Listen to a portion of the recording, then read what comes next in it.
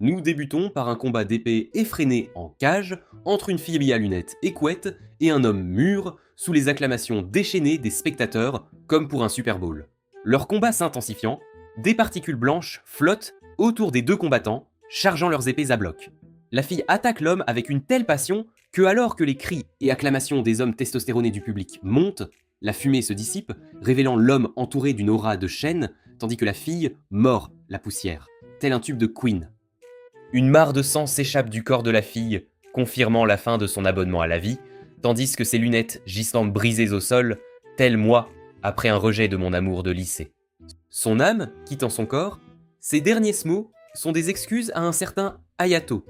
Nous obtenons enfin, du contexte, une catastrophe sans précédent, l'Inversia, a drastiquement changé le monde il y a un siècle, réduisant le pouvoir des nations. Maintenant que la plupart des dirigeants mondiaux étaient aussi au chômage que moi, un nouveau conglomérat, la fondation de l'Empire intégré, fut établi pour diriger ce nouveau monde, où les gens avaient une morale différente. Mais l'Invertia n'était pas seulement une plaie, elle a aussi offert au monde un nouveau potentiel, sous la forme d'une toute nouvelle espèce humaine, les Genastella, dotés d'aptitudes physiques exceptionnelles. Ces jeunes hommes et femmes participent au Festas, un sport de combat féroce qui détermine le statut social de chacun, la plupart se déroulant à Rika, la cité académique sur l'eau, alias Astérisque. L'un d'eux est Hayato, qui voit un mouchoir voler et le suit. Étonnamment, cela le mène très opportunément à la fenêtre du 3e étage d'un bâtiment. Il utilise ses mouvements de tortue ninja pour se balancer d'une branche d'arbre et s'asseoir sur le rebord de la fenêtre, assistant à une scène qui le fait instantanément entrer en pleine puberté. Une méchante T2 aux cheveux roses, le derrière à l'air en s'habillant, panique aussitôt en voyant Hayato, tandis qu'il tente de dissimuler l'épée cachée dans son pantalon et explique être venu seulement pour rendre son mouchoir. Elle lui ordonne sèchement de se retourner pendant qu'elle se couvre, surprise en flagrant délit. Il transpire encore comme un pompier quand elle exige de voir le mouchoir et change instantanément d'attitude, devenant aimable envers lui pour avoir rapporté ce mouchoir qui lui est apparemment très cher. Remarquant son uniforme à tête de mort identique, Hayato s'apprête à étirer la conversation, telle une star de télé-réalité, mais elle active son pouvoir s'entourant de particules blanches, voulant le hitter pour l'avoir vu dans une position compromettante. La reconnaissant comme une Strega, Hayato saute par sa fenêtre et esquive son attaque de feu. Mais elle le poursuit jusqu'au sol, le respectant secrètement d'avoir survécu à cette attaque mortelle. Alors qu'elle est déterminée à le cuire comme un steak bien cuit pour avoir pénétré dans le dortoir des filles, il clarifie que c'est son premier jour ici, d'où l'énorme malentendu. Lui accordant le bénéfice du doute, car cette fille adore le drame, elle se présente comme Julis de l'académie Seidukan et défie Hayato en duel, poussant tous les étudiants massés à enregistrer l'intégralité de la scène sur leurs appareils, probablement assoiffés de likes sur TikTok. Trouvant la situation complètement absurde, Hayato affirme n'avoir même pas d'épée pour satisfaire la folie de Julis, quand quelqu'un de la foule lui en lance une, car personne ne veut rater la plus grande querelle du semestre. Alors que Julis l'informe de la règle, celui dont l'insigne scolaire est détruit en premier perdra, Hayato accepte le duel et active son épée de seconde main pour esquiver les attaques de Julis. Tous sont surpris que les attaques de leur princesse n'aient pas déjà carbonisé ce novice, et Hayato commence à gagner un respect fou. Quand il riposte enfin avec un mouvement de dragon jumeau qui aurait pu la remettre à sa place, il se dégonfle par galanterie et la plaque pour esquiver une flèche lumineuse qui la visait. Trouvant ce soi-disant innocent sur elle, Julis rougit comme le blush Fenty Beauty, car il s'accroche involontairement à son insigne scolaire, placé par coïncidence sur l'un de ses sacs à goodies. Alors qu'il s'apprête à faire la une de TMZ, Claudia Hanfield, chef représentante du Lotus Rouge, alias la présidente du conseil étudiant, surgit et déclare le duel invalide. La raison technique. Hayato n'a pas encore rempli ses formalités de transfert. Il n'est donc pas officiellement étudiant de Seidukan, pour l'instant. Plus tard, Claudia, avec sa silhouette à la Lana Del Rey, convainc Hayato de lui parler informellement, étant tous deux en première année. Voulant paraître branchée, comme une héroïne de film initiatique, elle mentionne que son style de conversation agréable compense sa personnalité au cœur noir, car elle est très sombre à l'intérieur. Pour prouver son point, elle fait le truc le plus pick me qui soit en soulevant son t-shirt et en lui montrant son ventre plat avec des abdos comme Kendall Jenner. Alors qu'Hayato panique, ayant eu sa dose de nudité de camarade pour la journée, elle complimente sa simplicité, qu'elle trouve adorable. Le menant à son bureau, Claudia débute l'orientation d'Hayato en annonçant que la seule attente pour lui, étudiant boursier transféré, et de gagner. Puis elle lui présente les académies majeures d'Astérisque, Garrydworth, Alicante, Geelong, le Wolf, Queenvale et Saitokan, des écoles de formation pour les meilleurs Genistella du monde entier. Chaque année, ces écoles se battent pour la suprématie lors de concours appelés Festas, où les meilleurs Genistella de ces établissements s'affrontent dans cette version plus sophistiquée d'un combat de coq. Cependant, Seidoukan a subi de nombreuses défaites dernièrement, c'est pourquoi ils l'ont envoyé ici comme un cas de charité, et leur dernier espoir de sauver la face devant toutes les autres académies lors des Festas. Lui promettant tout ce qu'il pourrait désirer s'il gagne, Claudia apprend qu'Hayato n'a pas tant de désir, ce qui l'a fait se demander pourquoi il est venu ici, car tous ces combats pourraient aussi mettre sa vie en péril. Frappé par des flashbacks des chaînes, d'Ara et de la fille d'Ia Lunette, Hayato confronte Claudia en lui demandant si sa sœur Haruka a également fréquenté cette école. En réponse, elle lui montre le dossier d'une étudiante aussi vieux et déchirée qu'une divorcée, expliquant qu'une fille nommée Haruka a bien fréquenté l'école ici il y a 5 ans, mais s'est retirée 6 mois plus tard pour des raisons personnelles. À part cela, Claudia n'a aucune information sur elle, car elle n'a apparemment participé à aucune festa, ni rejoint de culte connu, ce qui suggère que Claudia ment. Cependant, Claudia souligne qu'une arme extrêmement rare et puissante, l'épée Serveresta, a été utilisée il y a 5 ans sans qu'aucune trace de son emprunt n'existe. Néanmoins, elle pense qu'Haruka n'est pas à l'Académie Satokan actuellement, ce qui fait changer de sujet à Hayato, qui exprime vouloir choisir la Serveresta comme arme, car quand un jeune frère a-t-il pu surpasser l'ombre de sa grande sœur ? Après lui avoir remis une épée de substitution à utiliser en attendant qu'elle arrange la Cerberesta, Claudia lui offre un câlin doux et chaleureux en guise de cadeau d'adieu, car elle drague ses camarades de classe tout le temps. Avant de partir, elle avoue avoir menti sur le fait que ses formalités de transfert n'étaient pas complétées, car elle voulait le garder pour elle seule, au lieu de le laisser à la merci des Julie moralisatrices. Plus tard, Hayato est présenté à ses camarades de classe de la manière la moins spectaculaire qui soit, et est assigné à s'asseoir à côté de Julis, qui le remercie après le cours de lui avoir sauvé la vie pendant leur duel. Bien qu'elle n'ait pas oublié comment il l'a accidentellement touché devant toute l'école, lui faisant perdre toute sa crédibilité, elle accepte de lui devoir une faveur pour lui avoir sauvé la vie. Alors qu'elle sort de la manière la plus diva possible, un gars amical nommé Yabuki se présente à Hayato, car ils sont sur le point de devenir colocataires. Alors qu'ils marchent ensemble, Hayato essaie d'obtenir des informations sur Julis, qui n'est apparemment pas seulement une princesse à papa, mais appartient à une famille monarchique d'Europe, en plus d'être une Strega, un type de Genistella extrêmement rare. La raison pour laquelle Yabuki est aussi bien informé que Dumbledore est dès qu'il est membre du club de journalisme, mais même quelqu'un d'aussi curieux que lui n'a aucune idée pourquoi Julis quitterait une vie royale pour rester dans une école aussi compétitive. Selon Yabuki, chaque fois qu'un étudiant essaie d'en savoir plus sur cette fausse princesse Diana, elle leur dit de s'occuper de leurs affaires, car elle tient beaucoup au concept de limite. Pas étonnant qu'elle n'aime pas Hayato, les étudiants qui n'aimaient pas son attitude de Regina George l'ont même défié en plusieurs duels, pour être vaincu comme un gamer dont la petite amie le dérange à chaque instant.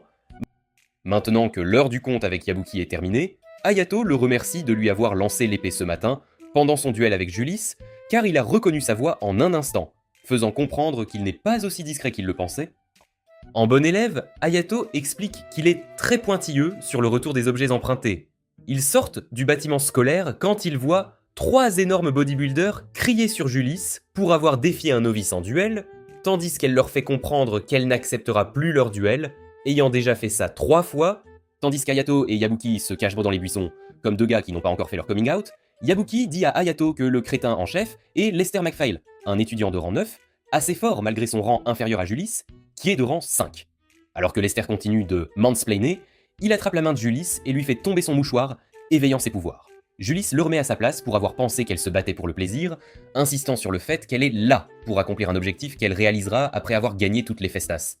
Alors qu'Hayato la regarde avec émerveillement comme si elle était un concert de Coldplay, il comprend qu'il est en train de témoigner de la sorcière de la flamme pétale, alias la sorcière des flammes resplendissantes, dans toute sa splendeur. Un nouveau flashback, Hayato se souvient qu'Haruka lui avait dit que leur père serait furieux s'il se battait avec des garçons, qui traitaient sûrement Haruka de Bop. Le père d'Hayato lui avait interdit de se battre enfant car il était surpuissant, pouvant blesser les autres et lui-même. Bien que tout cela lui semble être du charabia, Haruka promet qu'il comprendra enfin mieux les choses une fois adulte et qu'il aura appris à utiliser son pouvoir, raison pour laquelle il a atterri à Seitokan. Quand il lui fait un Uno reverse et l'interroge sur son but, elle répond qu'elle est censée le protéger. Retour au présent. Hayato est intervenu tel un chevalier en armure étincelante pour secourir la princesse, littéralement, tandis que Yabuki avait tout enregistré, tel le reporter importun qu'il est. Alors que Lester reculait et s'éloignait, Julis a maintenu son aura nonchalante, car elle sait qu'Hayato montrera bientôt ses vraies couleurs et révélera qu'il n'est pas aussi innocent que Ken dans le film Barbie. Ignorant son attitude de dur à cuire, Hayato lui demande directement pourquoi elle se bat dans une école aussi impitoyable, et elle répond honnêtement qu'elle le fait pour l'argent, car elle est aussi fauchée que moi en fin de mois. Elle prévoit de commencer par les Phoenix Festas quand Yabuki souligne que c'est une équipe, ce qui signifie qu'elle aura besoin d'un partenaire. Mais malheureusement, cette princesse n'a pas de girl group pour la soutenir. C'est pourquoi elle n'a pas de partenaire pour ses festas ou autres. Malgré son statut de célibataire endurci, elle exige un partenaire ayant au moins des compétences de combat de niveau page 1, ce qui signifie qu'il devrait être dans le top 12 du classement de leur école. Alors qu'elle énumère de nombreuses autres qualités impossibles pour ce partenaire, à un niveau inatteignable, Yabuki reçoit un appel du club de journalisme car sa date limite approche et s'enfuit pour une quête de personnages secondaires dont personne ne se soucie vraiment.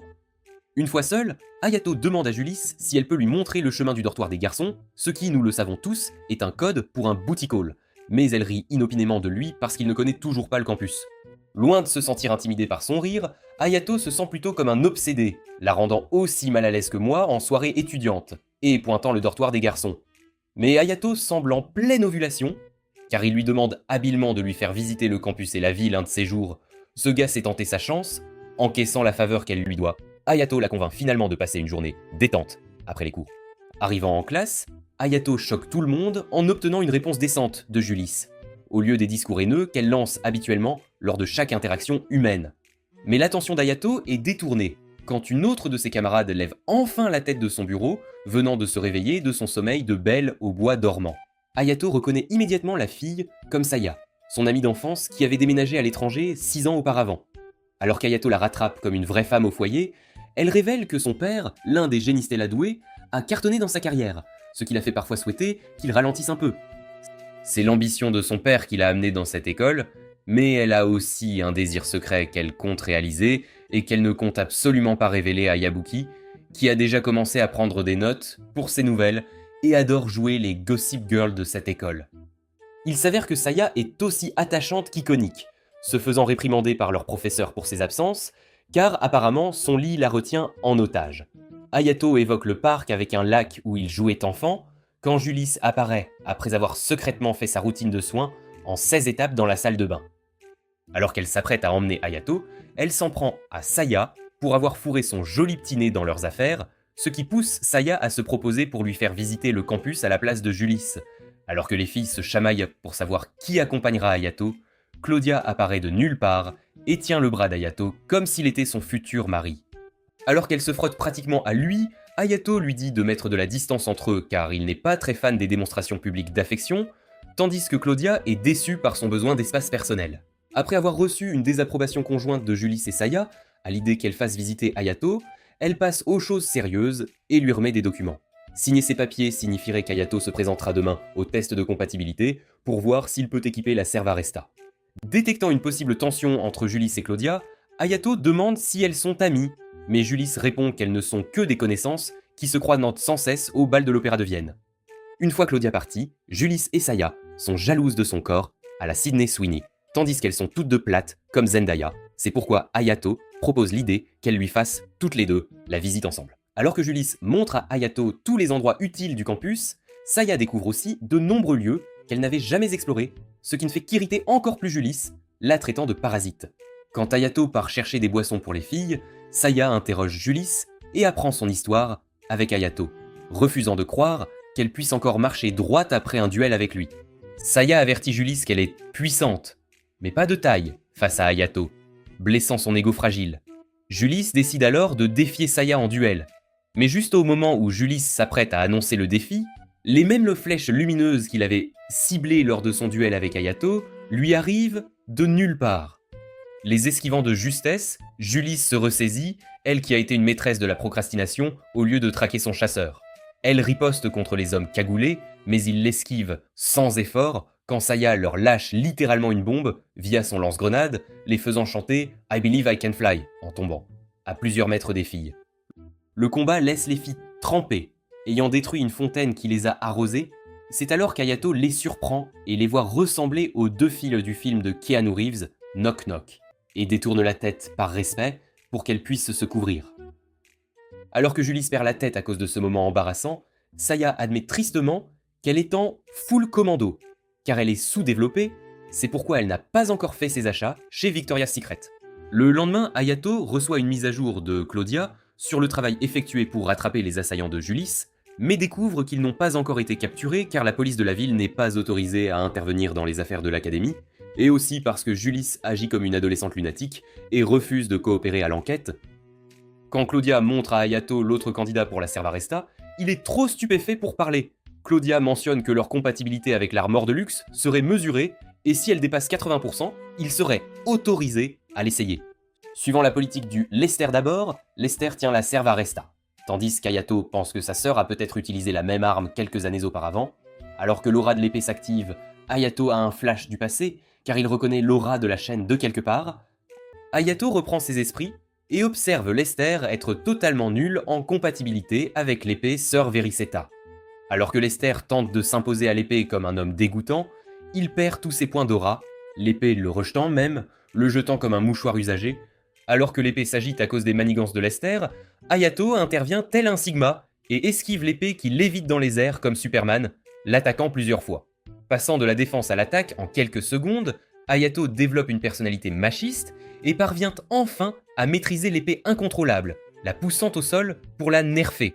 Il s'avère que sa compatibilité avec la Servaresta est de 97%, ce qui fait de lui une légende vivante, comme Elvis aux yeux de tous les présents. Alors que Claudia joue l'infirmière coquine avec lui et pense sa main blessée, elle lui demande de lui accorder un peu de son temps ce soir et l'invite dans son dortoir. Quand il frappe, elle est en pleine douche de luxe et sort dans une robe qui cache mal ses atouts.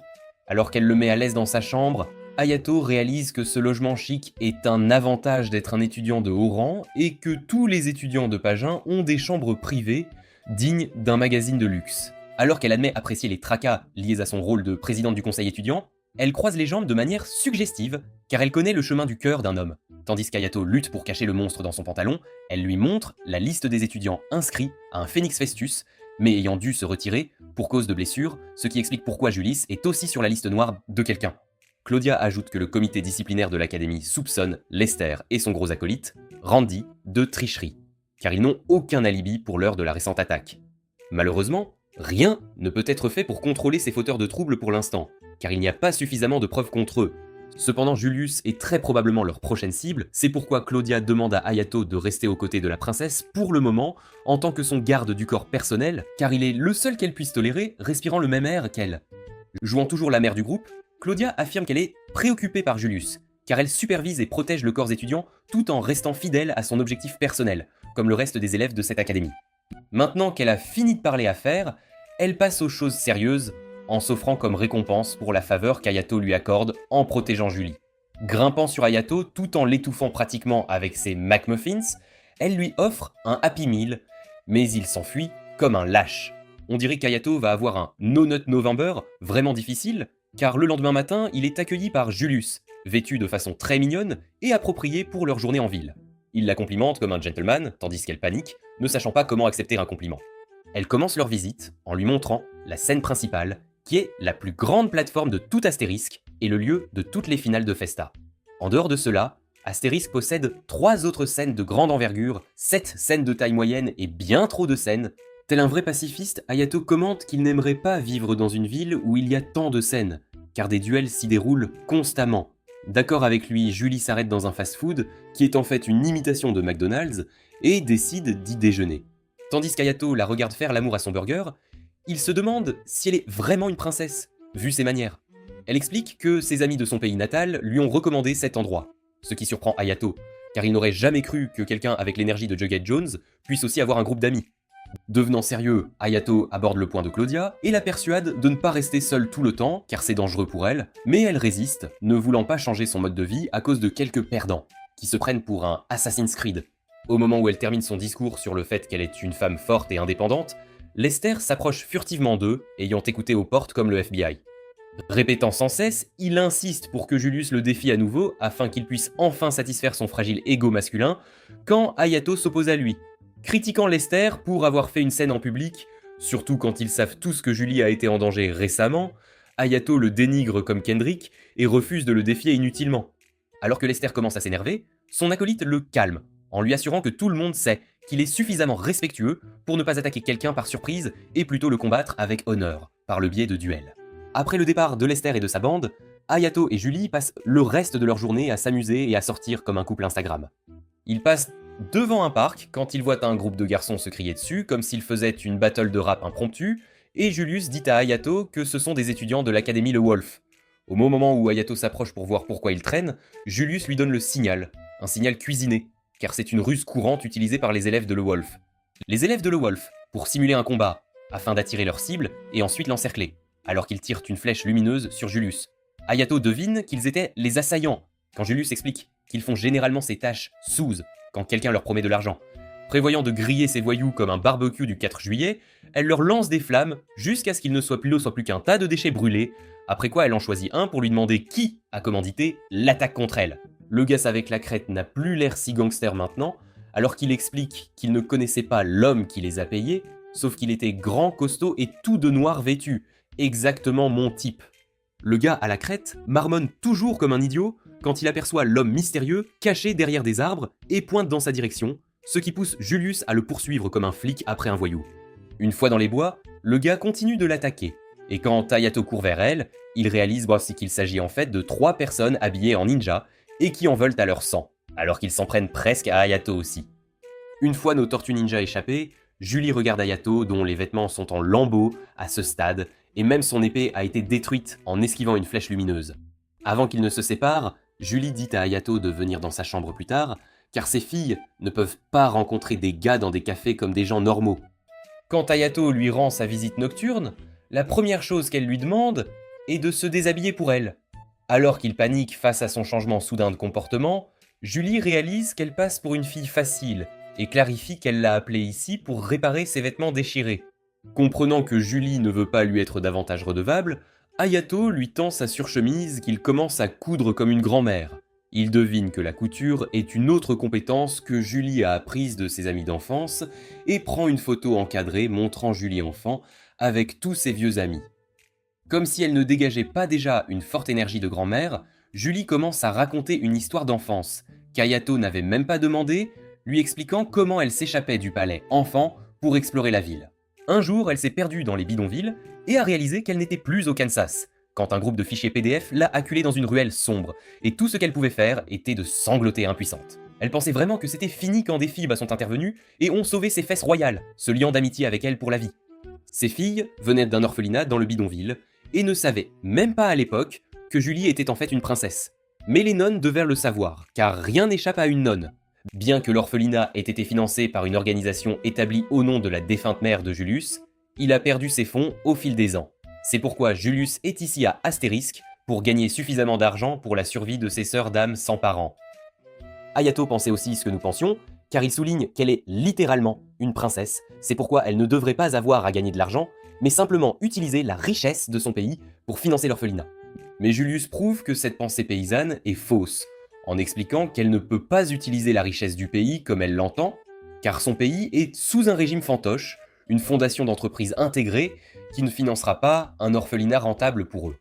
Julius continue de jacasser sur la façon dont ils sont tous utilisés comme des animaux de cirque pour venir dans cette ville et se battre les uns contre les autres pour le divertissement des gens, juste pour que les boomers puissent nous faire tout l'argent. Mais Julius est aussi là pour tracer sa propre voie et obtenir ce style de vie de millionnaire, uniquement pour assurer la survie de ses amis de l'orphelinat. Maintenant que la chemise d'Hayato est réparée et que je me suis ennuyé à mourir, elle lui rend sa chemise tout en expliquant que son mouchoir signifie beaucoup pour elle, car ses amis de l'orphelinat le lui ont offert il y a quelques années pour son anniversaire. Toutes les filles ont brodé ce mouchoir à tour de rôle, mais il signifie beaucoup pour Julius qui le garde toujours avec elle. Le lendemain matin, Hayato jette un coup d'œil à Julie, lisant secrètement une note qui lui aurait demandé de venir seule quelque part. Elle agit nonchalamment devant Hayato et quitte plus tard la classe tôt, comme si elle allait rencontrer son Link sournois. Déçu que Julius reprenne ses vieilles habitudes de solitaire, Hayato la dénonce à Claudia, ignorant que les balances finissent mal. Claudia et Yabuki devinent que la lettre venait des personnes qui en voulaient à Julie, ce qui plonge Hayato plus profondément dans sa déception narcissique quant à la raison pour laquelle elle ne lui en a pas parlé en premier. Le sortant de sa phase d'écoute de Billie Eilish, Claudia lui assure que Julius a dû garder cela secret pour protéger Hayato, ce qui prouve à quel point elle tient à lui. Cela lui rappelle étrangement comment lui et sa sœur avaient juré de se protéger mutuellement. Poussé par un besoin désespéré de validation féminine, Hayato se précipite hors de l'école pour suivre Julius et l'aider, tandis que Claudia lui remet le Sirveresta, pour officiellement commencer son parcours de W-Guy. Alors qu'il court comme Naruto vers Julius, il la remercie silencieusement de lui avoir montré ce qu'il devait faire et d'avoir résolu sa crise existentielle. Julie arrive seule sur un ancien chantier de construction, seulement pour être ensevelie sous une énorme roche de débris. Elle se protège sans effort et défie son adversaire de sortir. Le gars se révèle finalement être un perdant sans importance nommé Silas Norman, l'un des hommes de main les moins remarquables de Lester. Il s'avère que Julius était assez intelligente pour deviner son véritable ennemi sous la forme de Silas, car elle a remarqué un lapsus de sa part lorsqu'il a empêché Lester d'agir, révélant ainsi qu'il était présent lors de l'attaque de Julius, alors qu'elle était sur le point de défier Seiya. Maintenant qu'elle sait qui est l'imposteur Among Us, elle félicite Hayato d'avoir cuisiné Lester et créé une situation dramatique qui a révélé les véritables intentions de chacun. Maintenant que Silas a révélé qu'il est le méchant qui veut que Julius se retire du Phénix, Julius tire son épée pour activer son mode Man-Hater quand Lester fait une apparition surprise. Non seulement il a vu les vraies couleurs de Silas, mais il a aussi été piégé pour venir ici, car on lui a faussement dit que Julie avait accepté son duel et voulait le combattre ici. Alors que Julie met Lester au courant de la façon dont son soi-disant meilleur ami a vendu ses propres camarades d'école pour faire le sale boulot d'une autre académie, Silas annonce sans vergogne qu'il prévoit de qui a encadré Roger Rabbit Lester pour toutes les attaques et la mort éventuelle de Julie, ce qui met Lester en rage. Sortant son arme, en quelques instants, il est entouré par les hommes encapuchonnés de Silas qui se déshabillent pour montrer qu'ils sont en fait des marionnettes contrôlées par Silas. Lester les envoie tous voler en un seul coup. Mais ces gars sont imparables, comme cette chanson de Sia, et commencent à tirer sur Lester, comme s'ils étaient dans un lycée en Amérique. Quand Lester se relève, Silas l'entoure, ainsi que Julie, de 128 de ses imitations de Terminator. Lester est enseveli sous le tas de ses marionnettes comme un joueur de rugby, tandis que Julie se bat bien, mais seulement jusqu'à ce qu'une balle frappe l'une de ses cuisses épaisses. Alors qu'elle est projetée contre un mur d'une manière qu'elle n'apprécie certainement pas, Jelise joue les détectives et se vante d'avoir découvert que Silas travaille pour l'Académie Alican, car seuls eux ont le potentiel de produire en masse de telles armes pour résister. La Genistella lui donnant un coup de pied dans sa cuisse blessée pour s'amuser, Silas ordonne à ses soldats DIY d'achever Julius quand Hayato apparaît pour sauver la situation et satisfaire son complexe de héros. Même s'il a sauvé ses jolies fesses, pour la millionième fois, Julie agit toujours comme une carène, et soutient qu'elle est assez capable de gérer cela seule, alors que nous savons tous qu'elle ment. Sa réponse est la plus ringarde de tous les temps, car il lui dit que même si elle protège ses orphelins, elle a aussi besoin de quelqu'un pour la protéger, ce qui correspond au nouveau but d'Hayato d'utiliser ses pouvoirs pour être un bon garçon et protéger son équipe. Maintenant qu'il l'a enfin fait rougir, il tourne son attention vers Silas qui libère tous ses soldats sur Hayato. Utilisant à bon escient son tout nouveau Cerveresta, Hayato porte Julius d'un bras et achève toute l'armée de Silas de l'autre en quelques secondes, gagnant des points d'aura infinis pour la vie.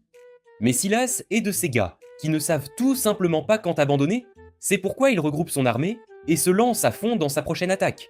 Dommage qu'Hayato non seulement le digitise, mais aussi qu'il fasse le lien que Silas utilise une visualisation thoracique pour contrôler ses jets E-Jaws.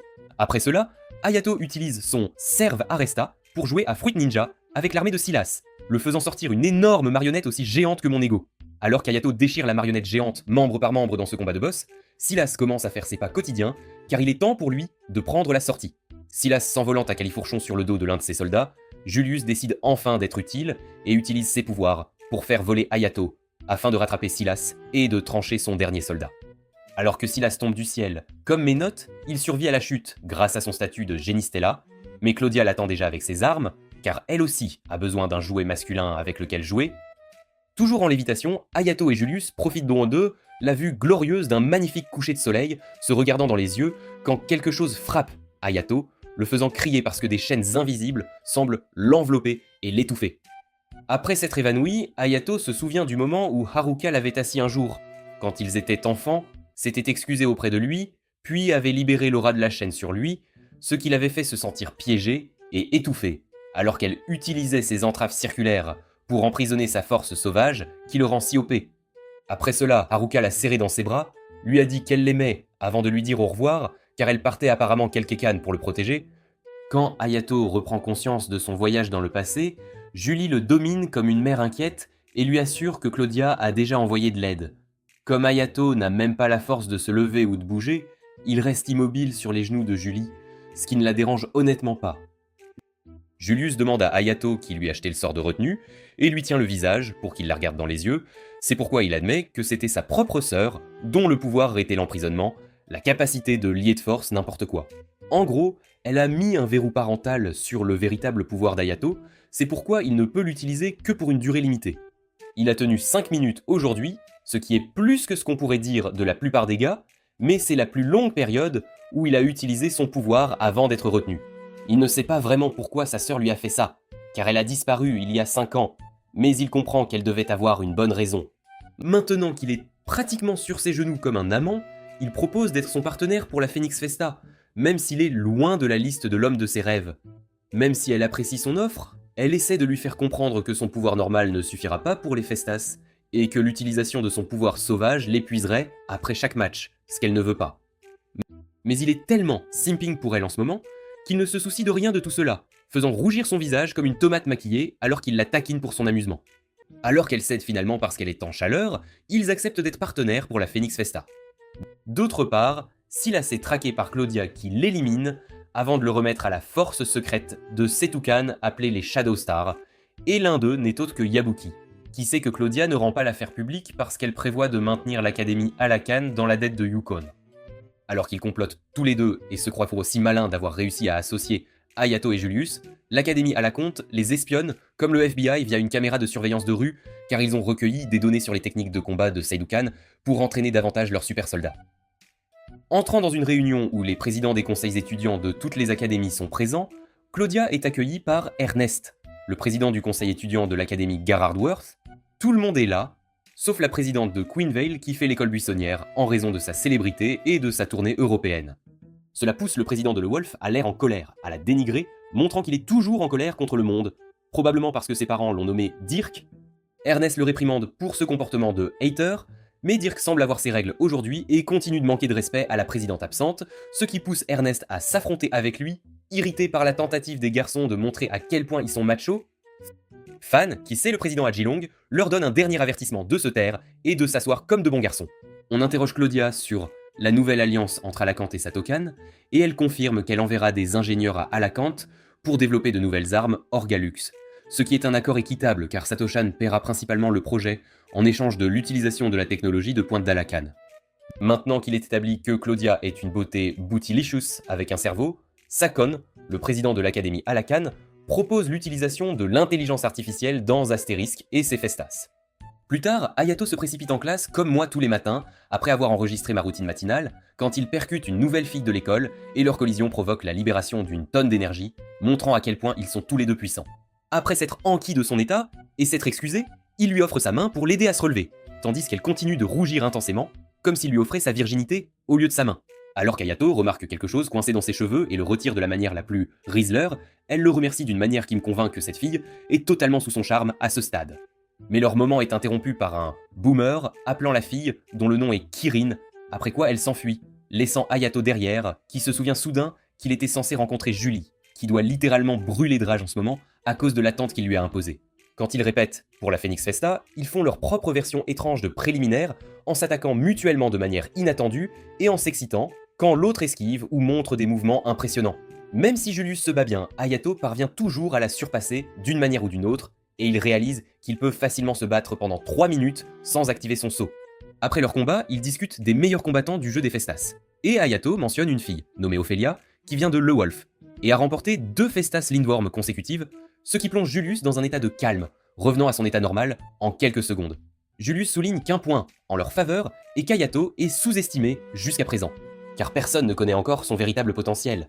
Chi suggère de ne pas montrer toute sa puissance même en utilisant le Cerveresta afin qu'il puisse avoir un moment psychologique avec ses adversaires lors des Festas, mais il dit que l'épée ne l'accepte pas comme son porteur lorsqu'il est en mode intermédiaire. Néanmoins, elle lui demande de garder son véritable pouvoir discret, car il reste 1 mois entier avant la Phoenix Festa. Plus tard, ils sont rejoints par Lester et Saya, où Saya se plaint que Julius monopolise Hayato en le gardant enfermé dans une pièce avec elle, après l'école, où elle prétend qu'il se branche. Alors que Julia crie à Saya pour l'avoir traité de bop, Lester remercie Hayato d'avoir sauvé tout le monde ce jour-là, car il est récemment sorti de l'hôpital. Comme si la salle d'entraînement de Sedukan n'était pas déjà un marché aux poissons, Claudia entre également avec 2 étudiants d'Alicante, nommés Camila et Ernesto, qui étaient les mêmes responsables de la conspiration de Silas et ceux qui espionnaient Claudia via une caméra de rue. Ils sont là pour signer le contrat aujourd'hui, et Ernsta affirme qu'elle voulait vérifier Hayato elle-même, parce qu'elle veut être détruite par lui, tout comme il a détruit ses soldats. Alors que Julis et Saya deviennent toutes deux très protectrices envers leur beau gosse préféré, Ernesto se rapproche d'Hayato pour lui murmurer une menace à l'oreille, avant de lui déposer un baiser sur la joue, réalisant ainsi ce qu'aucune des loser girls de Seidukan n'avait encore réussi à faire jusqu'à présent. Rendant Julis et Saya jalouses, Ernesto fait l'idiote, tandis que Camilla s'excuse pour son comportement un peu trop aguicheur et très entreprenant.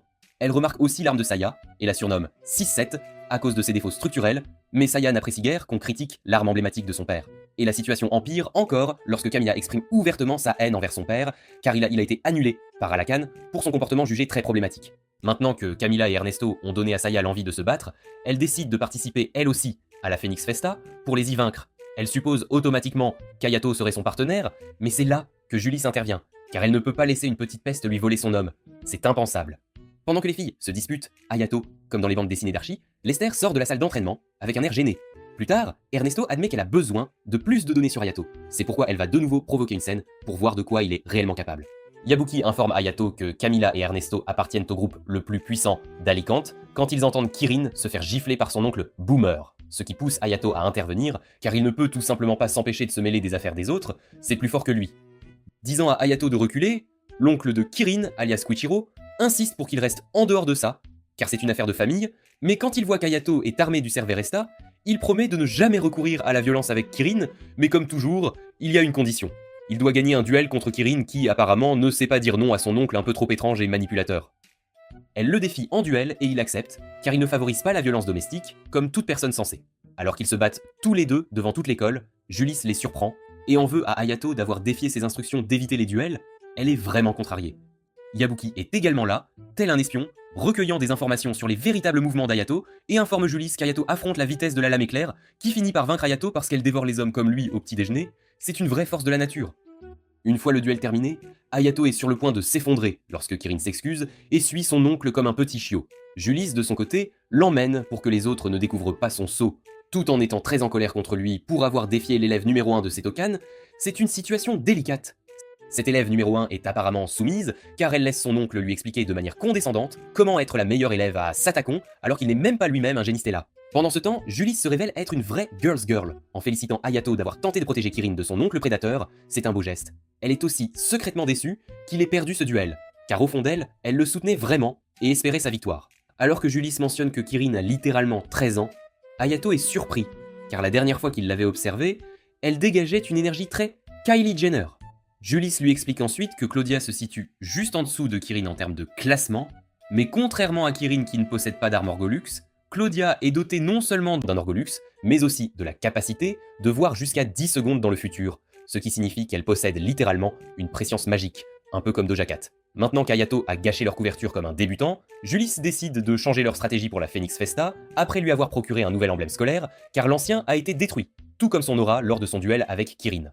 Pour cela, il se présente à l'espace de repos réservé aux membres du conseil étudiant, où Claudia prend un bain de soleil au bord de la piscine, quand elle lui donne l'emblème, comme si elle était la star d'un épisode de la série The White Lotus, tandis qu'elle s'assied avec lui et mentionne Kuichiro. Il est apparemment un employé de la société mère de Seidukan, où il est un cadre du recrutement de talent, ce qui explique pourquoi il est un tel salaud, un vrai personnage détestable. Non seulement il extorque sa pauvre nièce pour un siège au conseil d'administration, mais il est aussi super dalulu, car on ne peut y accéder qu'après avoir suivi de multiples programmes psychologiques et fait effacer ses désirs personnels, ce qui semble être une tâche impossible pour ce sale égoïste, un vrai manipulateur. Expliquant pourquoi elle est littéralement la Wikipédia sur ce sujet, Claudia partage avec désinvolture que sa mère est également une cadre, avant de sauter dans la piscine, probablement pour qu'Hayato ne puisse pas voir ses larmes sous toute cette eau de piscine, c'est une façon de cacher sa peine. De retour à son dortoir, Kirin lui rend visite pour le remercier de sa gentillesse. Quand Hayato surprend Yabuki et les autres gars en train d'écouter leur conversation, il l'emmène alors se promener pour échapper aux regards indiscrets et agaçants de tout le monde, où elle admet que son père était un homme très strict, c'est pourquoi elle se promène avec un garçon comme lui pour la toute première fois de sa vie. Kirin, la vierge, est également excitée parce qu'Hayato utilise un style de combat à l'épée ancien, tout comme elle, et révèle que son estime de soi est aussi basse que possible. Elle partage aussi qu'elle obéit à Kushiro pour sauver son père, malgré le fait qu'il déteste les génies Stella, c'est une situation complexe. Voyant à quel point Kirin est pathétique et solitaire, Hayato l'invite à ses séances d'entraînement avec Julice, mais elle refuse, car son oncle lui a formellement interdit d'interagir avec les autres. Page 1, c'est une règle stricte. Très opportunément, Hayato lui propose des séances d'entraînement individuelles tôt le matin, ce qu'elle accepte facilement, rejoignant ainsi le fan club J'ai le béguin pour Hayato. Hayato vient de déposer Kirin à son dortoir lorsque Saya lui tend une embuscade en lui sautant dessus depuis un arbre, tel Batman, et l'interroge sur l'identité de sa nouvelle conquête. Elle est très curieuse. Elle veut aussi savoir s'il sera son partenaire pour la festa, et il la rejette, car Julice est plus épaisse, et l'a réclamée en premier. Alors que Saya se sent vexée d'avoir un corps de petite fille, ce qui n'est rien comparé à Kirin qui est dans la même classe qu'elle, Hayato souligne qu'elle est aussi une princesse à papa, tout comme elle, c'est une observation pertinente. Le lendemain, Julice accule Hayato à la cafétéria pour le confronter au sujet de ses rencontres secrètes avec Kirin, mais elle lance accidentellement sa main pour commander un curry vraiment épicé qui pourrait donner du fil à retordre à n'importe quel mukbanger. C'est une situation assez comique. Pendant qu'Hayato lui explique la situation de la manière la plus nonchalante qui soit, elle fait semblant de manger le curry épicé comme si elle était née indienne. Mais Hayato voit clair dans son jeu, c'est pourquoi il la convainc d'échanger leur plat, créant un moment où ils ont tous deux la possibilité de se rapprocher autour du curry, sauf qu'Hayato finit par crier après avoir pris la première bouchée, c'est un moment inattendu. D'autre part, Camilla réveille Ernesto, qui faisait la sieste dans leur laboratoire, l'informant que les gars de Tenorio qu'elle a mis en émoi sont déjà en mouvement. Ensemble, elles observent Hayato et Kirin lors de leur course matinale, inconscients du fait qu'ils sont sur le point d'être attaqués par les hommes de Tenorio envoyés par Ernesto, c'est une embuscade. Comme ils courent dans un épais brouillard ce matin, Hayato plaisante en disant qu'ils devraient se tenir la main pour ne pas se perdre. Mais Kirin est si désespérée qu'elle prend cela au sérieux et passe accidentellement pour une fille un peu trop facile, ce qui est une erreur de jugement. Une fois le brouillard dissipé, ils trouvent aller des barricades devant eux et sentent des regards sur eux, sauf que leurs adversaires ne sont pas des ennemis cette fois-ci, car un groupe de créatures ressemblant à des créatures sont secrètement mignonnes. Kirin observe considérant apparemment qu'elle peut seulement déjeuner, qu'elle se régénère. C'est une situation très inattendue, en vrai et dangereuse qu'elle est, et découpe une créature en petits morceaux, tel un chef sushi, avec une grande précision. Cela semble fonctionner pour eux, car elle soupçonnait qu'ils avaient un noyau et elle l'a détruit, ce qui a fait fuir le reste des créatures jurassiques contrefaites, donnant à Ernesto l'occasion de leur frotter la perte des gardes de Tenorio au nez plus tard. C'est une victoire stratégique. Quand Hayato complimente son œil aiguisé, Kirin mentionne humblement qu'elle est généralement douée pour détecter ces choses. Hayato ramasse le morceau du corps de la créature et réalise qu'il est synthétique, ce qui signifie que cette affaire louche crie le nom d'Alakant à tue-tête. C'est une révélation importante. Leur numéro de Sherlock Holmes et Watson est interrompu lorsque les créatures reviennent et lancent une attaque surprise, obligeant Hayato à sauter et à les esquiver, franchissant accidentellement la barricade de sécurité. C'est un moment de tension. Le sol sous ses pieds s'effondre et il commence à tomber dans l'abîme lorsque Kirin lui attrape la main et essaie de le tirer vers le haut, mais elle n'est clairement pas faite pour ce genre de levage intensif. C'est pourquoi le sol sous elle, la réaction d'Ernesto est également cette chute, lors de leur surveillance, tous les deux que ce n'était que la première partie du plan de Tenorio, et qu'il y a encore des choses bien plus compliquées et dangereuses en réserve pour les deux combattants les plus surpuissants de Sedukan. C'est une situation alarmante. Après tomber dans une eau croupie qui doit être remplie d'œufs, colis, Hayato aide Kirin à sortir, car elle ne sait pas nager. Il commente l'immensité de la zone, mais cette reine Daloulou pense qu'il parle plutôt de sa poitrine généreuse, c'est un malentendu assez amusant.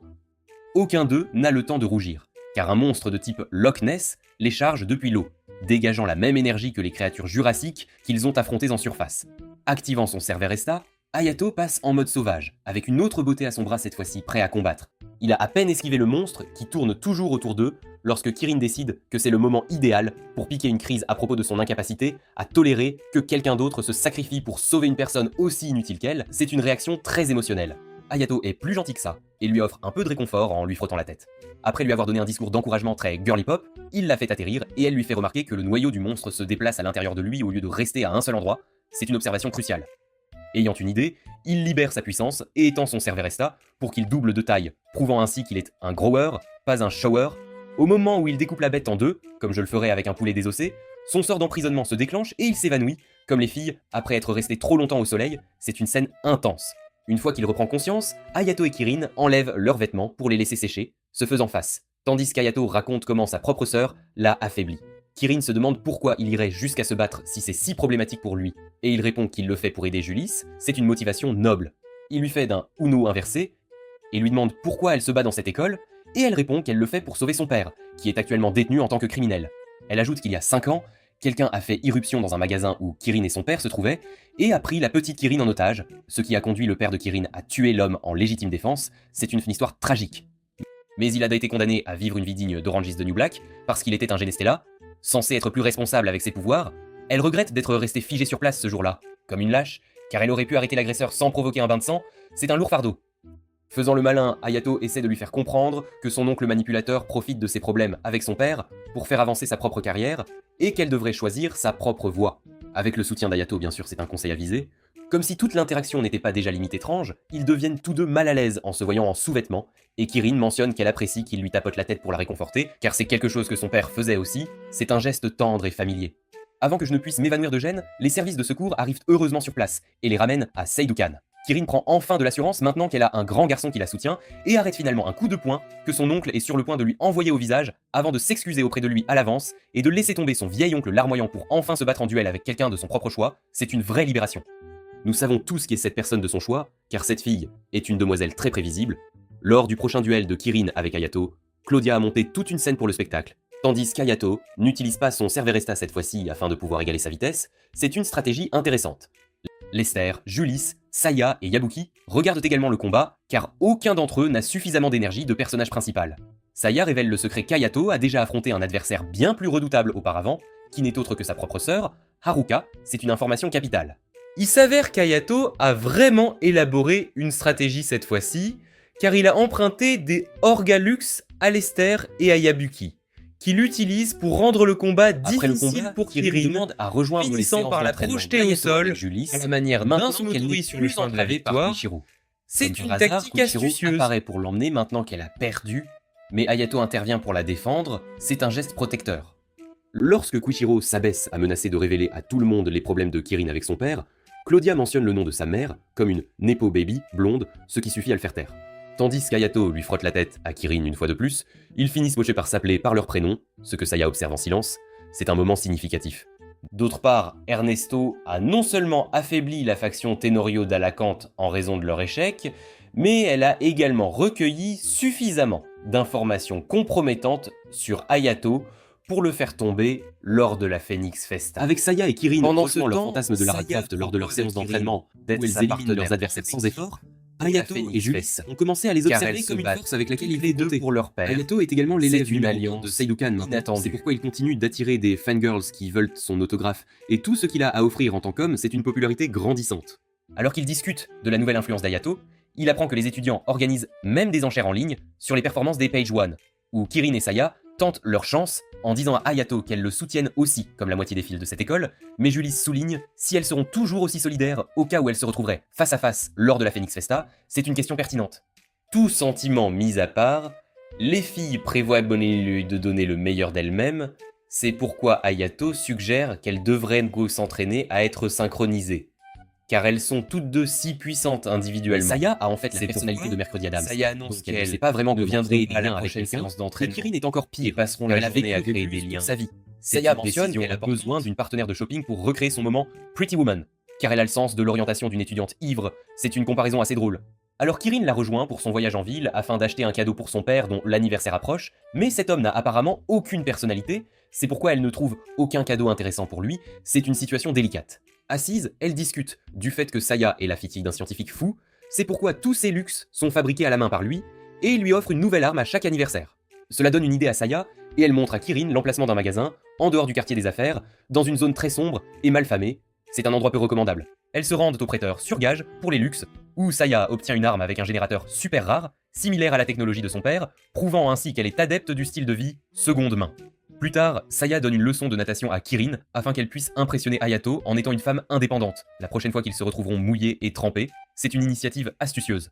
Saya sort de la piscine pour aller chercher des boissons pendant que Kirin s'entraîne et finit par faire accidentellement chavirer la bouée d'une autre fille. C'est un petit incident inattendu. La blonde Bimbo est sur le point de se battre et de défier Kirin en duel lorsqu'elle la reconnaît comme la vitesse de la lame éclair et continue de l'intimider quand même. La Karen Barbie, la fille blonde nommée Violette de Jacqueline 5e à Queenvale, lorsque Saya la met à terre, se termine en quelques secondes à la tête, alors que Saya bombe Violette méchant mégagun. C'est une confrontation rapide et efficace. Paillasson et laisser les gens la piétiner, et Kirin répond que ses réglages par défaut sont maintenant en mode victime à cause de Kuichiro. c'est une explication assez triste. À sa manière si attentionnée et si discrète, Saya encourage Kirin à être plus fière de ses forces, et elles finissent par s'appeler par leur prénom. Lors de la prochaine séance d'entraînement, elles sont tellement synchronisées, comme deux meilleures amies, que même Hayato et Julis admettent qu'ils devront élever leur niveau de jeu. C'est une belle évolution. Lorsque les tableaux des matchs pour la Phoenix Festa sont publiés, Claudia et Yabuki remarquent que l'équipe d'Hayato est dans le bloc C, tandis que celle de Kirin est dans le bloc L. Mais de toute façon, ils devront tous deux se tenir à l'écart d'Irene, une renarde impitoyable de LeWolf dont l'apparence et le palmarès sont tous deux imbattables. C'est une adversaire redoutable. Dirk et sa copine Corona se rendent dans l'une des salles de discipline de LeWolf, qui sont essentiellement des cellules de torture pour les étudiants rebelles. À l'intérieur, enchaînée, se trouve Irene, vêtue d'une tenue gothique, ressemblant au rêve coquin de tout gamer. C'est une image assez sombre et provocante. Dirk lui ordonne d'écraser Hayato lors de la Phoenix Festa, après quoi il lui appartiendra de rester dans le tournoi ou de le quitter, tant qu'elle vaincra Hayato, car son service pourrait leur causer des problèmes plus tard. C'est une mission cruciale. Elle comprend la mission et demande des nouvelles de sa sœur, que Dirk utilise pour faire chanter cette bad girl, afin qu'elle soit une fille obéissante et sage. Une fois qu'elle commence à suivre ses règles, il la libère et lui apporte des collations pour la remettre d'aplomb. C'est une manipulation calculée. Quelque temps plus tard, la cérémonie d'ouverture de la Phoenix Festa commence, et le très jeune et élégant président du comité de la Phoenix Festa commence à s'adresser aux étudiants, tandis que Julis informe Hayato qu'il est un ancien élève de Sedukan et qu'il souhaitait rejoindre le comité de gestion après avoir remporté la Phoenix. C'est une ambition claire. Alors qu'il chuchote sur la ruse de cet homme, il lance à Hayato un regard de côté théâtral, tout en annonçant qu'à partir de maintenant, tous les combattants peuvent utiliser des armes autonomes, ce qui favorise Alicante. Mais personne ne peut vraiment rien y faire, c'est une règle établie. Comme ils ont un peu de temps à tuer avant leur premier match, Hayato et Julis décident d'aller déjeuner. Hayato aperçoit Lester et Randy et les invite aussi, mais ils sont dans un esprit super compétitif en ce moment et le rejettent, comme je le fais avec chaque homme qui n'est pas Zayn Malik. C'est une comparaison amusante. Saya retrouve enfin Hayato et lui fait un câlin surprise, tandis que Kirin lui tend le déjeuner fait maison qu'elles lui ont préparé, comme de bonnes ménagères dévouées. Quand Julis critique les boulettes de riz de Saya, les trouvant trop grosses pour à manger, Saya rétorque que, selon elle, la taille compte, ce qui agace encore plus Julis. C'est une petite dispute amusante. Pendant qu'Hayato est occupée à caresser la tête de Kirin et Saya pour le déjeuner qu'elles lui ont préparé, Julis les emmène dans leur salle d'attente où Saya se révèle être une grande gourmande en mangeant 4 de ces gigantesques boulettes de riz. C'est assez impressionnant. Elles allument le livestream de la Festa, qui durera 2 semaines, en commençant par un tour préliminaire qui réduira les 256 équipes aux 32 meilleures. C'est un processus de sélection rigoureux. Ensuite, un autre tirage au sort décidera des affrontements pour les finales, où une équipe perdra lorsque les badges scolaires des 2 membres seront détruits, qu'ils seront évanouis, se seront rendus ou auront été jugés perdants, et l'équipe gagnante obtiendra des points pour les dossiers officiels de son école. C'est un système de règles bien défini. Le premier match d'Hayato et Julis est contre Guardworth, où Julis salue la foule d'une vague royale, les rendant tous fous, comme lors des combats Sui à un concert de la tournée d'Eris. Elle laisse Hayato prendre les devants, et il gagne la bataille, à lui seul, avant même que les adversaires ne puissent comprendre ce qui se passe. C'est une victoire éclatante. Julis veut maintenir le mystère autour du saut d'Hayato et de leur schéma de travail d'équipe, c'est pourquoi elle lui conseille d'être aussi évasif que possible lors de leur interview des vainqueurs. C'est une stratégie de communication. Yabuki est également venu fouiner pour obtenir des détails sur la stratégie d'Alacante à la lumière de la nouvelle annonce, mais ils l'ont ignoré, comme mes parents l'ont fait avec moi après que j'ai volé tout leur argent pour un voyage à Disneyland. C'est une comparaison assez personnelle et amusante. Avant le match d'Alacante, Ernesto se montre arrogante et veut donner l'impression d'être juste, c'est pourquoi elle divulgue publiquement des informations sur ses marionnettes de combat autonomes, Artie et Rimsi, au grand désarroi de Camilla. Artie se révèle aussi théâtrale que sa maîtresse, accordant à ses adversaires de la Wolf 1 minute d'avance pour tenter de le vaincre. Rimsi, elle, semble bien plus sensée, à l'image de Camilla, mais supporte les excentricités d'Artie pour préserver la dignité de sa maîtresse, et pourtant, ils restent tous deux indemnes pendant cette minute entière où les étudiants de LeWolf leur lancent absolument toutes leurs attaques. Dès la fin du délai de grâce, Artie remporte le match d'un seul coup, prouvant qu'il n'est rien de moins que le cyborg de la Justice League. Suite à la victoire d'Alicante, le père de Saya l'appelle pour la conseiller sur la manière de pénétrer le bouclier de lumière d'Artie si le besoin s'en fait sentir, et il l'envoie à la douane pour récupérer une nouvelle arme qu'il lui a expédiée. Pendant qu'Hayato et Julius continuent de s'entraîner pour leur prochain match, Artie se vante de sa victoire devant Ernesto, mais ne récolte qu'un coup de pied de Rimsi pour son attitude de gamin arrogant. Cela pousse Artie à se demander pourquoi il est programmé pour être impuissant face à elle alors que leurs pouvoirs sont égaux. Ernesto répond qu'elle est une femme, qui soutient les femmes, et qu'elle croit au pouvoir féminin, c'est pourquoi elle a conçu Artie de manière à ce qu'il ne puisse jamais gagner contre Rimsi, mais ce que cette pseudo-féministe omet intentionnellement, c'est qu'elle a fait de Rimsi la limite d'Artie. Hayato et Julius sont sur le chemin du retour après une séance d'entraînement, quand ils voient Irene tabasser des hommes au hasard dans la rue, juste parce qu'elle en a envie. Quand elle aperçoit Hayato dans la foule, elle est sur le point de chercher la bagarre avec Julius, mais sa sœur, Priscilla, une vraie sainte nitouche, apparaît pour la discipliner. Elle s'excuse au nom d'Irene, car elle est pacifiste, et emmène sa sœur loin de là. Plus tard, Julius traque Priscilla dans sa base de données, seulement pour apprendre qu'elle est non classée, et en gros, une inconnue, c'est pourquoi la seule info disponible à son sujet est qu'elle est la partenaire d'Irène. Julius admet l'avoir intentionnellement provoquée pour obtenir des indices sur les raisons de sa cible sur Hayato ou sur le sinistre complot que le Wolf pourrait préparer. Alors que le match de Seiya et Kirin commence, Seiya est légèrement contrariée car tout le monde la prend pour un mineur à cause de sa carrure imposante, et aussi parce qu'elle ne voit pas encore Hayato dans le public. Kirin l'assure qu'il est en route et détourne son attention vers leur concurrent qui semble plutôt compétent. Dès le début de leur match, Kirin terrasse son adversaire, tandis que Seiya continue de combattre le sien jusqu'à ce qu'elle décide que c'est suffisant, et l'achève d'un tir d'arme plus éclatant que mon avenir. Après leur combat, alors qu'elles se douchent ensemble et se chamaillent nues, car Seiya ne peut s'empêcher de toucher, elles reçoivent une notification qu'Hayato et Julius attendent dehors. Kirin demande un instant, mais Seiya, en mode exhibitionniste, les laisse entrer, se révélant, elle et Kirin, dans leur plus simple appareil. Lors du prochain match d'Hayato et Julius, ils affrontent un duo de Queen Val appelé Non-Sugar. Bien qu'étant les favoris des fans, les Non-Sugar sont transformés à eux seuls en Smore, par les attaques de flammes de Julissa. Maintenant qu'ils ont terminé, Hayato suggère d'aller encourager Seiya et Kirin à leur prochain match. Mais Julius fait remarquer que le lieu est trop loin pour qu'ils y arrivent à temps. Apparemment, elle le veut tout à elle. C'est pourquoi elle lui montre les sandwichs préparés pour qu'ils déjeunent ensemble. À ce rythme, Hayato va se faire servir ses 3 repas par ses fangirls. On dirait que Julius s'est donné tout ce mal car elle aussi convoite cette caresse affectueuse de sa part, et une fois qu'il la lui donne enfin, elle a l'impression que tout est à nouveau en ordre dans le monde. Il regarde le combat de Lester et Randy contre Irène et Priscilla, où Lester ne cesse de bouger pour éviter l'attaque gravitationnelle d'Irène, car il sait que son Orgalux l'épuise plus, elle la manie longtemps. Mais Irène est bien trop habituée aux hommes qui la détestent sans raison, c'est pourquoi elle immobilise Randy. Ensuite, elle donne un coup de pied à Lester dans son visage viril et ciselé, mais il tient bon et livre un bon combat. Voyant qu'elle en a besoin pour gagner, Irène obtient le consentement de Priscilla avant de lui mordre le cou et de lui sucer le sang, comme si elle était une culaine de Twilight. Une fois qu'Irène a son Kool-Aid humain, Priscilla régénère magiquement son sang perdu, ce qui s'avère être son pouvoir secret. Dégoûtée par ce moment Nosferatu, Lester se prépare tandis qu'elle le cloue au sol avec sa faux gravitationnelle. Il est pratiquement à genoux lorsqu'il se rend pour préserver le peu de dignité qu'il lui reste, et Hayato et Julius observent tendus, se sentant mal que cet homme doive enchaîner les défaites. Claudia félicite Hayato d'avoir atteint les finales, exprimant qu'elle compte énormément sur lui de toutes les manières imaginables, alors qu'elle s'apprête à tirer ses matchs. Se plaignant de la façon dont Julius et les autres l'ont épuisé dernièrement, elle le serre presque dans ses bras, lui disant à quel point il lui manque. Comme toujours, une autre fille interrompt, et cette fois c'est Kirin qui appelle Hayato pour lui signaler qu'elle a égaré Seiya dans le quartier des affaires et a besoin de son aide.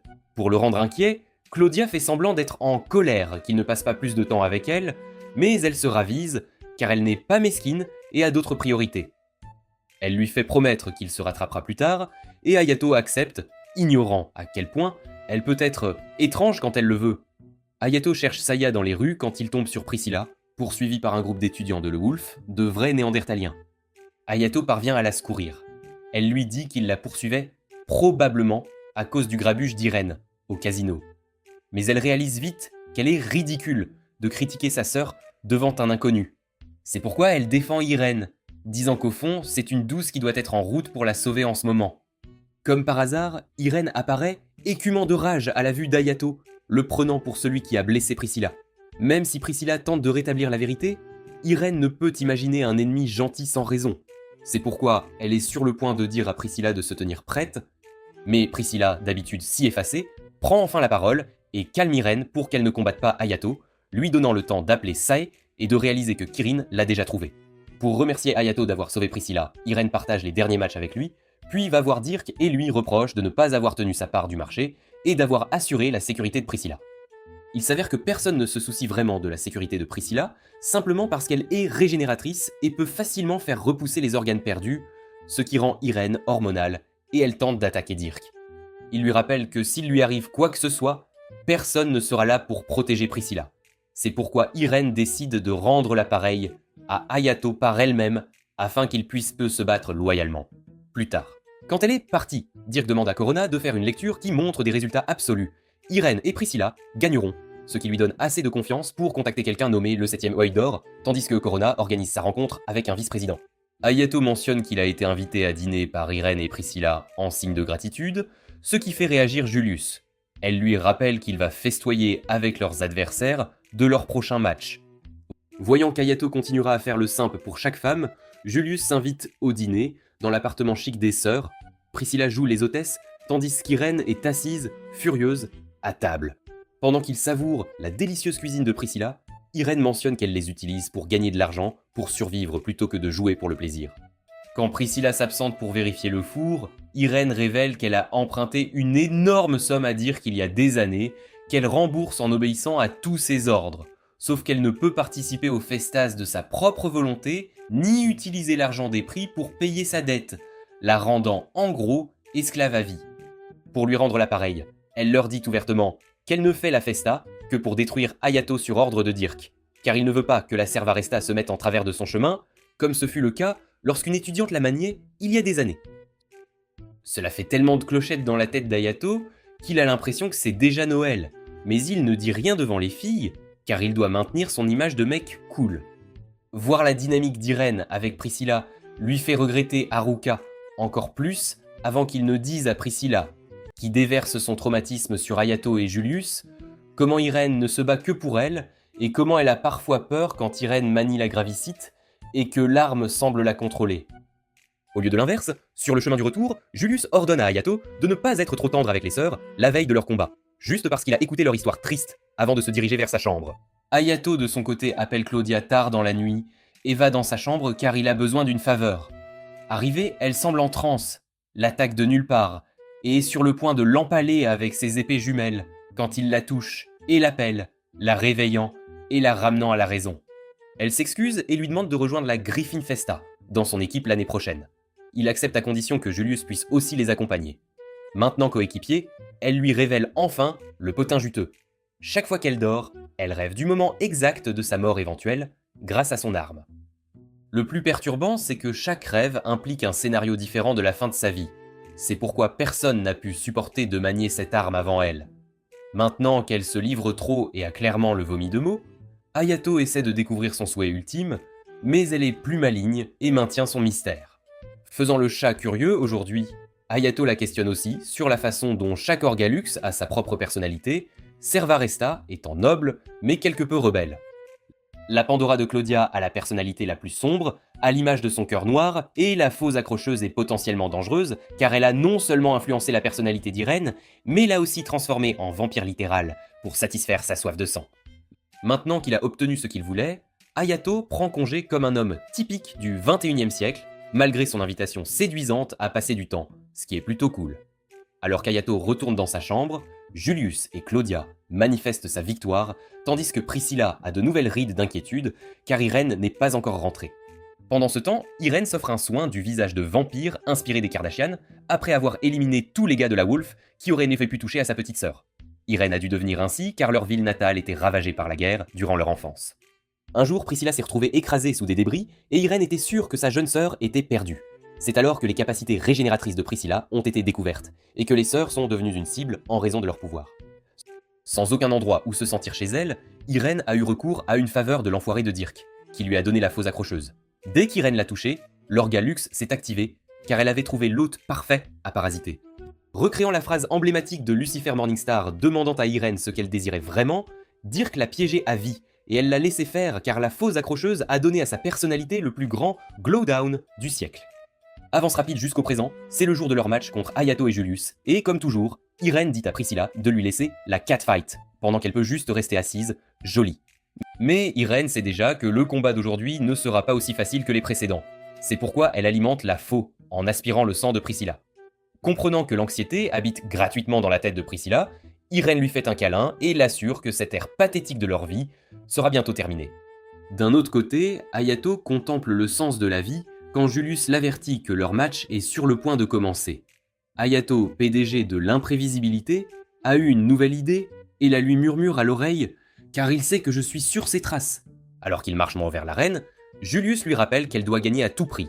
Donc elle n'a aucun problème à utiliser son idée pour gagner, car ils sont partenaires après tout. Ils se préparent à affronter la fausse accrocheuse avec un check, amical. Une fois le match commencé, Hayato déploie sa force sauvage, ouvrant pleinement son Servaresta, tandis que Julius lance des flammes sur Irène. Elle les esquive facilement et est bientôt confrontée à Hayato, qui s'est rapproché d'elle et leurs Orgalux s'entrechoquent. Même si Hayato et Julius continuent de l'attaquer ensemble, Irene tient bon et essaie d'immobiliser Hayato. Elle construit un bouclier de défense statique autour d'elle, et Priscilla commence à se nourrir pour se ravitailler, tandis qu'Hayato remarque qu'il lui reste environ 2 minutes avant que son emprisonnement ne se déclenche. Julius lui signale qu'elle est prête pour son idée, et que c'est le moment d'agir. Alors qu'elle distrait Irene avec ses attaques de flammes, Hayato se concentre et cible la gravicite avec son Servaresta, provoquant une énorme décharge d'énergie qui les projette tous deux à plusieurs mètres. Son idée s'avérant un échec, Julius fait remarquer qu'il manque de temps, et lance son attaque la plus puissante qui creuse littéralement un cratère dans l'arène. Mais à mesure que la fumée se dissipe, il apparaît que la faux a en quelque sorte protégé Irene, au grand soulagement de Priscilla. Elle court vers Irene pour vérifier son état pendant qu'Hayato est affaibli par son emprisonnement. Dans un véritable moment de chaos, Irene perd tout contrôle de la faux, immobilisant tout le monde sur le ring, y compris Priscilla, qui est à genoux, et supplie comme dans cette chanson de Måneskin, jouant les héros comme toujours. Hayato s'approche lentement d'Irene, utilisant toutes ses forces, tout en lui criant de reprendre le contrôle et de s'accrocher à ce qui compte vraiment pour elle. Cela ramène Irene, mais seulement quelques secondes, pendant lesquelles elle lâche Priscilla et commence à émettre une énergie majeure, tout en lévitant comme une possédée de The Conjuring. À ce moment-là, Servaresta décide de donner à Hayato le surnom de Jet de Holiday, car rien ne vaut un Jet de Holiday, ce que Servaresta assure en lui montrant les souvenirs de Haruka maniant l'arme et se trouvant dans une situation similaire. Obtenant un important regain de puissance de Servaresta, Hayato met tout en œuvre et brise le noyau de la gravicite pour qu'elle ne soit plus un tel parasite pour Irene. Son Orgalux détruit, Irene s'évanouit également, désignant Hayato et Julius comme les vainqueurs de ce match. Maintenant qu'il est complètement épuisé, Hayato s'évanouit en direct à la télévision pendant que Dirk regarde, le reconnaissant comme le frère de Haruka, tout en envisageant l'aide d'Ernesto pour éviter l'implication de Jilong dans son sinistre complot. À ce stade, Hayato a tous les regards braqués sur lui, surtout ceux des présidents de toutes les académies qui semblent avoir découvert son point faible. Priscilla se réveille à l'hôpital car Irene lui avait drainé trop de sang, comme une sœur gourmande typique, et se sent super soulagée de savoir qu'Hayato a brisé la faux et que Dirk ne les a pas punis. Ayant enfin pris son courage à deux mains, Priscilla décide de ne plus être un fardeau et de combattre aux côtés d'Irene pour rembourser leurs dettes au plus vite. Maintenant qu'Hayato est super fragile comme mon cœur, Julius s'inquiète pour lui, mais il transforme cette inquiétude en papillon, en la charmant. Il décide de se débarrasser de son sceau une fois pour toutes, et elle lui prend le visage, lui faisant promettre qu'il la laissera être là pour lui, car ils sont partenaires. Notre Julius est enfin sur le point d'obtenir un baiser, quand son mauvais karma la rattrape, et que les autres entrent pour prendre des nouvelles d'Hayato et gâcher le moment.